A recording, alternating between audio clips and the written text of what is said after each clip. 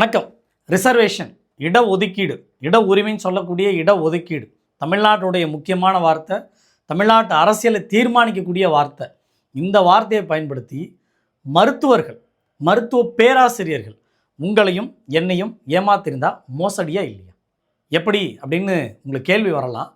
நம்மளை மட்டுமே இல்லை, இதற்கு முன்பாக திமுக ஆட்சியில் இருந்த அமைச்சர் மா சுப்பிரமணியன் அவர்களையும், அதற்கு முன்பு அதிமுக ஆட்சியில் இருந்த சி விஜயபாஸ்கர் மருத்துவத்துறை அமைச்சர் அவர்களையும் ஏமாத்திட்டாங்கன்னு சொல்கிறதா, இல்லை ஏமாந்துட்டாங்கன்னு சொல்கிறதா, இல்லை வேடிக்கை மட்டும்தான் பார்த்தாங்கன்னு சொல்கிறதா?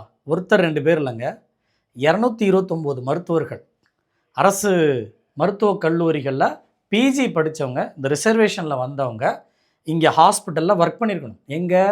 அரசாங்க மருத்துவமனையில் வேலை செஞ்சுருக்கணும், கிராமப்புறங்களில் இருக்கக்கூடிய ஆரம்ப சுகாதார நிலையங்களில் வேலை செஞ்சுருக்கணும், மாவட்ட மருத்துவமனைகளில் வேலை செஞ்சுருக்கணும், மாவட்ட அரசு கல்லூரிகளில் கிளாஸ் எடுத்துருக்கணும். ஆனால் இவங்கெல்லாம் நான் வேலைக்கு வந்துடுறேன்னு சொல்லி பாண்டு சைன் பண்ணிவிட்டு கிளாஸ் முடிஞ்சோன்னே பிஜி டிப்ளமோவோ பிஜி டிகிரியோ முடித்த உடனே வேலைக்கு போய் ஜாயின் பண்ணாமல் அப்ஸ்காண்ட் ஆகிட்டா என்ன சொல்கிறது?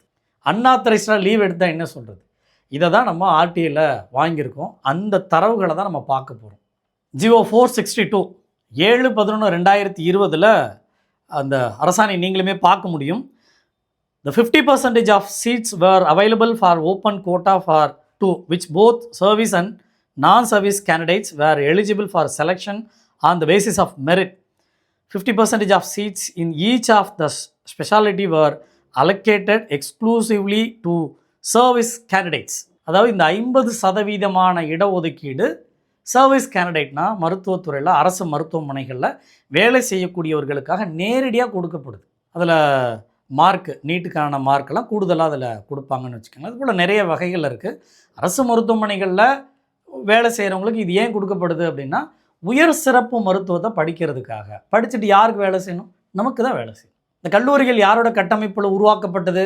மருத்துவக் கல்லூரிகள், அரசு மருத்துவமனைகள், மருத்துவக் கல்லூரிகள் உங்களோட என்னோட பணத்தில் கட்டமைக்கப்பட்டது. ஒரு 20 லட்ச ரூபா பாண்டு, 40 லட்ச ரூபா பாண்டு அக்ரிமெண்ட்டில் அவங்கள பிஜியில் சேர்த்துப்பாங்க. சேர்த்து முடித்ததும் உங்களுக்கு கண்டிஷன் என்ன அப்படின்னா, நான் சர்வீஸ் அப்படின்னு சொல்லக்கூடியவங்க அந்த கோர்ஸ் முடிஞ்ச 3 வருடத்துக்குள்ளே 2 வருஷம் அரசாங்க கட்டமைப்பில், மருத்துவ கட்டமைப்பில் வேலை செய்யணும். மருத்துவமனைகளில், மருத்துவக் கல்லூரிகளில் வேலை செய்யும். சர்வீஸ் அப்படின்றவங்க முடித்த உடனடியாக அரசு மருத்துவராக, மருத்துவ பேராசிரியராக ஜாயின் பண்ணணும். இதுதான் அதனுடைய கண்டிஷன். ஆனால் இங்கே நிறைய பேர் இந்த பாண்டை சைன் பண்ணி அக்ரிமெண்ட் அடிப்படையில் பிஜி சேர்ந்துடுறாங்க, ரிசர்வேஷனை பயன்படுத்தி சேர்ந்துடுறாங்க, பிஜி டிப்ளமோ சேர்ந்துடுறாங்க, பிஜி டிகிரி சேர்ந்துடுறாங்க. சேர்ந்து முடித்ததும் இதில் இன்னொரு கொடுமை என்னென்னா, இவங்க படிக்கும்போதே அவங்களுக்கு சேலரி உண்டு, டிஏ உண்டு, இதெல்லாம் கொடுத்து தான் அவங்கள படிக்க வைக்கிறோம். எதற்காக? நம்மளோட கூட பிறந்தவங்கள மருத்துவத்தில் உயர் சிறப்பு மருத்துவங்கள் ஏதாவது தேவைப்பட்டுச்சுன்னா சரி பண்ண முடியும். உதாரணத்துக்கு ஒரு விபத்து நடக்குது, நரம்பு சம்பந்தமான ஒரு ஸ்பெஷலிஸ்ட் தேவைப்படுறாங்க அப்படின்னா அவங்க இந்த பிஜியிலேருந்து தான் தயாராவாங்க. அப்போ அரசு மருத்துவமனையில் பேசிக்காக எம்பிபிஎஸ் முடித்தவங்க இந்த பிஜி கோர்சஸ் படித்து அதில் சிறப்பு நிலை வாய்ந்து ஒரு விபத்தில் அடிபட்டவரை காப்பாற்ற முடியும். வேறு ஏதாவது டெலிவரி அப்போ ஒரு பெரிய காம்ப்ளிகேஷன் இருக்குது, அப்போ இந்த எக்ஸ்பர்டைஸ் பண்ணக்கூடிய அந்த படிப்பு தான் காப்பாற்றும். இது அரசு கட்டமைப்பில் விலை இல்லாமல் எல்லாருக்குமே கிடைக்கணும், எல்லாருக்கும் தரமாக கிடைக்கணும். அதை உறுதிப்படுத்துறதுக்காக தான் இந்த ரிசர்வேஷன் கோட்டா பயன்படுத்தப்படுது. இந்த ரிசர்வேஷன் சிஸ்டமே இதில் இருக்குது. ஆனால் இதை பயன்படுத்திக்கிட்டு நிறைய பேர் படித்து முடிச்சுட்டு வேலைக்கு போய் ஜாயின் பண்ணுறதில்ல. வேலைக்குன்னா எங்கே? அரசு மருத்துவமனைகளில், அரசு கல்லூரிகளில் சேரவே இல்லை. அந்த நாள் முதல் முடித்த உடனே சில பேர் வெளிநாடு போயிருக்காங்களாம், சில பேர் ப்ரைவேட் ஹாஸ்பிட்டலில் பணிபுரியறதாகவும் நம்ம கேள்விப்படுறோம். தென்காசியில் ஒரு ஹாஸ்பிட்டலில் ஒர்க் பண்ணக்கூடியவங்க, அரசு மருத்துவமனையில் ஒர்க் பண்ணக்கூடியவங்க ஆப்போசிட்லேயே ஸ்கேன் சென்டர் வச்சுருக்காங்க. நீங்கள் செய்திகளில் பார்த்துருப்பீங்க. அப்போ நூற்றுக்கணக்கான பேர் இந்த சிஸ்டத்தை பயன்படுத்தி, ரிசர்வேஷன்ற அதை பயன்படுத்தி பலன் அடைஞ்சிட்டு படிச்சுட்டு, அதுவும் நம்ம உடம்பை வச்சே ப்ராக்டிஸும் பண்ணிவிட்டு, நம்மளை வச்சே ட்ரைனிங்கும் எடுத்துக்கிட்டு தனியார் ப்ராக்டிஸ் பண்ணுறாங்க, ப்ரைவேட்டாக ப்ராக்டிஸ் பண்ணுறாங்க, ப்ரைவேட் ஹாஸ்பிட்டல் ஒர்க் பண்ணுறாங்கன்னா இது எவ்வளோ பெரிய மோசடி. அரசோட போட்ட புரிந்துணர்வு அக்ரிமெண்ட்டை நீங்கள் மீறுறீங்களா இல்லையா? அரசு அவங்க மீது நடவடிக்கை எடுத்துருக்கணுமா இல்லையா? ஒருத்தர் 2 பேரில் ஆர்டிஐ மூலியமாக தமிழ்நாடு முழுவதும் 28 மாவட்டங்களில் 229 பேராசிரியர்கள், யார்? மருத்துவ பேராசிரியர்கள், மருத்துவர்கள் பட்டியலில் தொகுத்துருக்கும். இந்த பட்டியலை தான் இப்போ நீங்கள் பார்க்க போகிறீங்க. மாவட்ட வாரியாக வெளியிடுறோம். இந்த கோட்டாவில் வந்து அரசு மருத்துவமனைகளில் மருத்துவக் கல்லூரிகளில் வேலை செய்யாமல் அப்ஸ்காண்ட் ஆயிடுறாங்க. சில பேருக்கு உண்மையாகவே ஜெனியூனான நியாயமான ரீசனே இருக்கலாம். அதில் ஒருத்தர் 2 பேர் போகலாங்க. 200 பேர் எப்படி வெளில போக முடியும்? நமக்கு தெரிஞ்ச வரைக்கும் இது 1000 இருக்கலாம் அப்படின்னு சொல்லப்படுது. அது விசாரிக்கப்படணும். இந்த தொடர்ந்து இந்த ப்ராக்டிஸ் நடக்குது. அதாவது அரசு மருத்துவமனைகளில் வேலை செய்கிறேன் அப்படின்னு அக்ரிமெண்ட் போட்டுட்டு அரசு மருத்துவக் கல்லூரியில் ரிசர்வேஷனில் சேர்ந்துட்டு அந்த படிப்பு முடிஞ்ச உடனே அரசு மருத்துவக் கல்லூரிக்கோ மருத்துவமனைக்கோ வராமல் தனியாருக்கு வெளியில் போயிடுறாங்க, வேறு காரணங்களுக்காக போயிடுறாங்க, இங்கே அப்ஸ்காண்ட் ஆகிடுறாங்க அப்படின்ற தொடர்ந்து நடக்கிறது. எங்கன்னா 2012 ஒரு அறிவிப்பு வெளியிடுறாங்க. இது தொடர்ந்து நடக்குது. அவங்க சேர்ந்துருக்காங்கன்னா அவங்களுக்கு சில கண்டிஷன் இருக்குது. அவங்க 2 மாதங்கள் தொடர்ந்து வரலை, 1 வாரத்தில் வரலை அப்படின்னா அதுக்கு மெமோ கொடுக்கணும். 2 மாதங்களில் வரலைன்னா 18(1) அவங்க சம்மன் சர்வ் பண்ண சொல்கிறாங்க. 3 முறை அவங்களுக்கு கடிதங்கள் அனுப்பணும்னு இருக்குது. அதுக்கு வேறு வேறு நடைமுறைகள் அதில் கொடுக்கப்பட்டிருக்கு. இந்த நடைமுறைகளை நீங்கள் பார்க்கலாம். அங்கே ஆணோ பெண்ணோ மருத்துவர்கள் யார் பயின்றிருந்தாலும் ஒரு குறிப்பிட்ட காலகட்டத்துக்குள்ளே இங்கே வரலை, இல்லை வந்துட்டு உடனே லீவ் எடுத்துகிட்டு எந்த விதமான அறிவிப்பும் இல்லாமல் அனுமதியும் இல்லாமல் லீவில் போயிடுறாங்க, அப்ஸ்காண்ட் ஆகிடுறாங்க.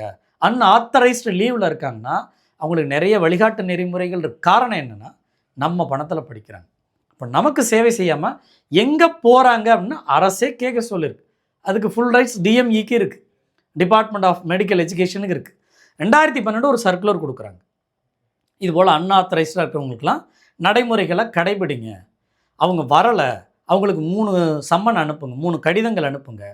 அது போய் சேரலையா லோக்கல்லுடைய போலீஸ் ஸ்டேஷன் கடைசியாக அவர்கள் எங்கே இருந்தாங்கன்ற விவரம் தெரிஞ்சதோ அதுக்கு நியர்பை போலீஸ் ஸ்டேஷனில் தகவலை கொடுத்து அவங்கள டியூட்டியில் ஜாயின் பண்ண சொல்லுங்கள். இதில் இன்னொரு படி மேலே இருக்குது.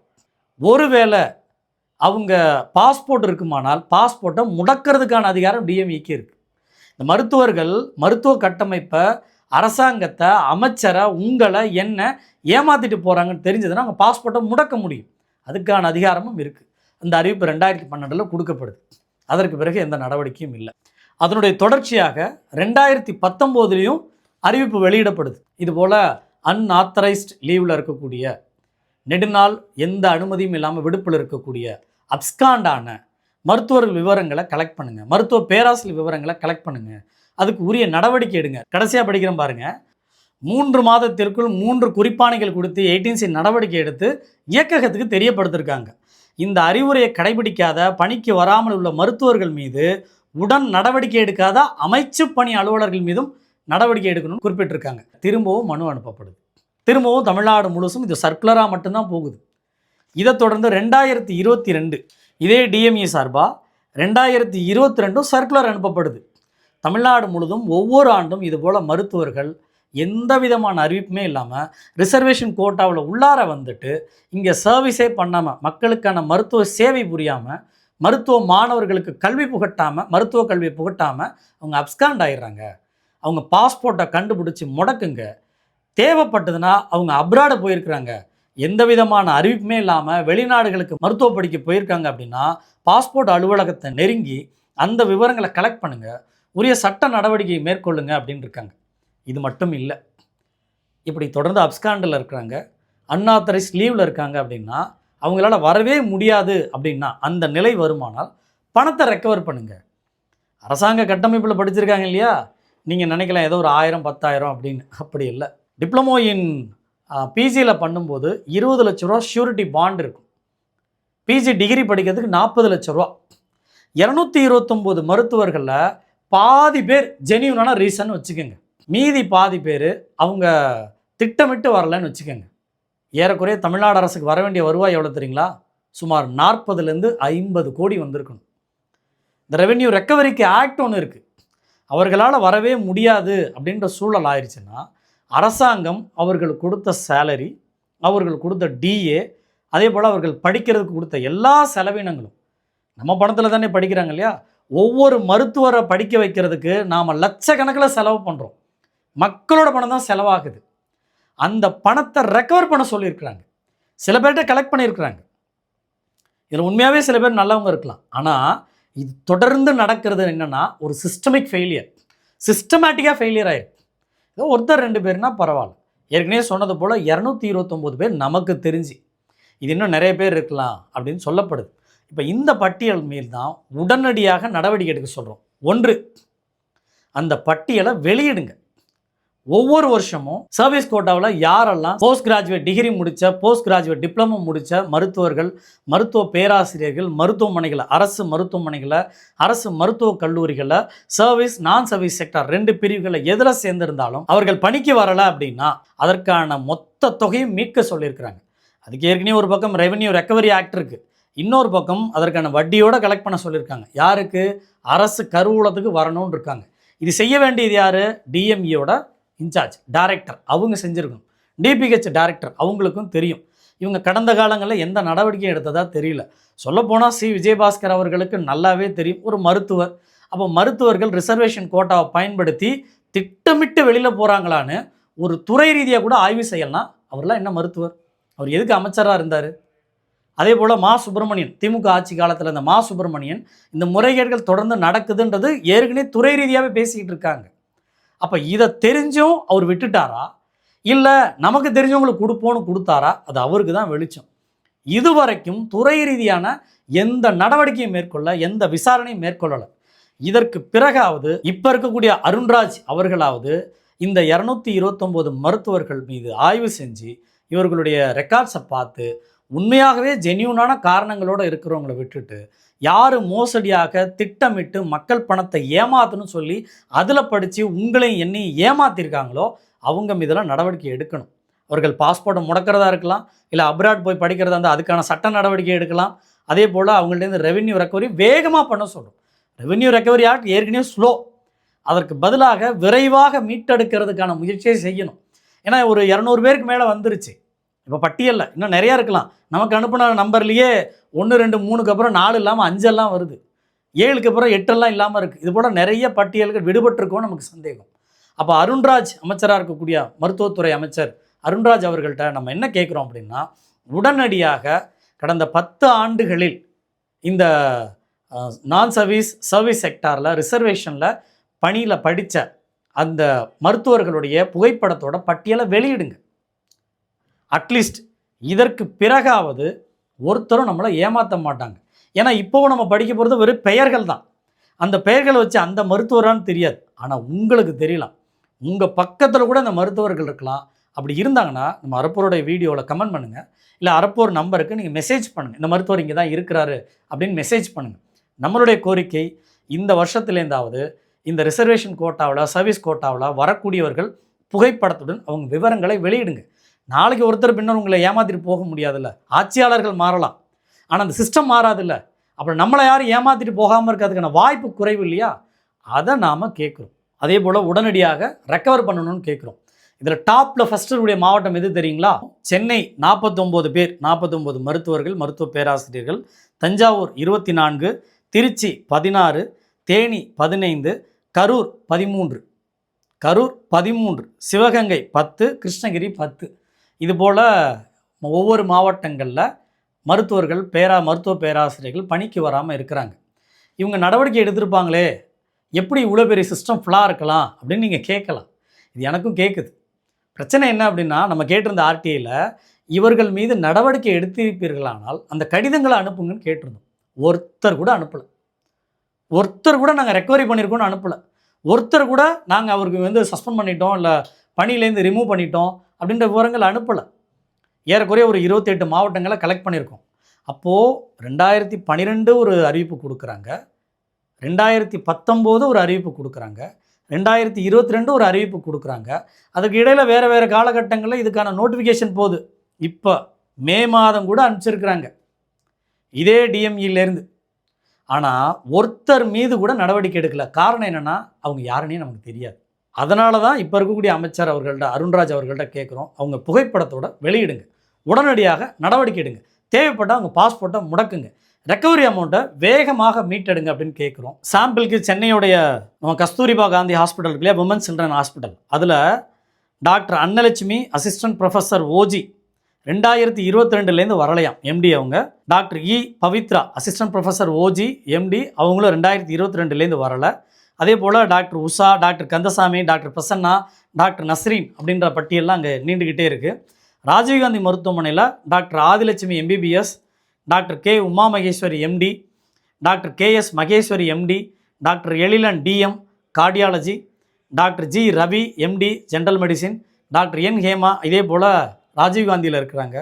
அதே போல் சூப்பர் ஸ்பெஷாலிட்டி அப்படின்ற ஹாஸ்பிட்டல் நம்ம சென்னை பல்நோக்கு மருத்துவமனையில் பார்த்திங்கன்னா doctor S Nambirajan DM, doctor U Surender MD DM, doctor SK Srinivasan MD DNB, அதில் ஒரு 10 பேர் காமிக்கிறாங்க. ராயப்பேட்டை ஜிஹெச்சில் பார்த்திங்கன்னா doctor S Vijay accident and emergency department, எவ்வளோ முக்கியமான டிபார்ட்மெண்ட் இருக்கக்கூடியவர் 2011 வரலையாம். அப்போ இவ்வளவு வருஷமாக, ஒரு 16 வருஷமாக இந்த டிபார்ட்மெண்ட்டில் இருந்த அமைச்சர் சி விஜயபாஸ்கரும் மா சுப்பிரமணியனும் பதில் சொல்லுமா இல்லையா? டாக்டர் ஆர் சந்தானராமன் 2016 பணிக்கு வரலையாம். இதுபோல் ஒவ்வொரு மாவட்ட பட்டியல்களுமே நீங்கள் தொடர்ந்து நம்ம அறப்பருடைய பக்கங்களில் பார்க்கலாம். நாம் எதிர்பார்க்குறது ஒன்று தான், குழந்தைகள் மருத்துவமனைகள், மகப்பேறு மருத்துவமனைகள், ஆக்சிடெண்ட் கேரு, அதே போல் அவசியமான நுண் சிகிச்சைகள், நுண்ணறிவு சிகிச்சைகள், கூர்த்திட்டப்பட்ட உயர்மட்ட சிகிச்சைகள், இந்த இடத்துல இருக்கக்கூடியவங்க தான் நிறைய பேர் இல்லை. திரு விஜய் தலைமையிலான தாவேக அரசு விரைவாக செயல்படுத்துமான்றதை பார்ப்போம். இதற்கான தீர்வுகள் கிடைக்கும் வரை, இந்த விவரங்கள் வெளிப்படையாக அறிவிக்கப்படும் வரை அறப்போர் தொடரும். திருடனாக பார்த்து எவனும் திருந்தவும் மாட்டான். நாம திமிரி எழுந்த இனி எவனும் திருடவும் மாட்டான். நாம திமிரி எழுந்த இனி எவனும் திருடவும் மாட்டான்.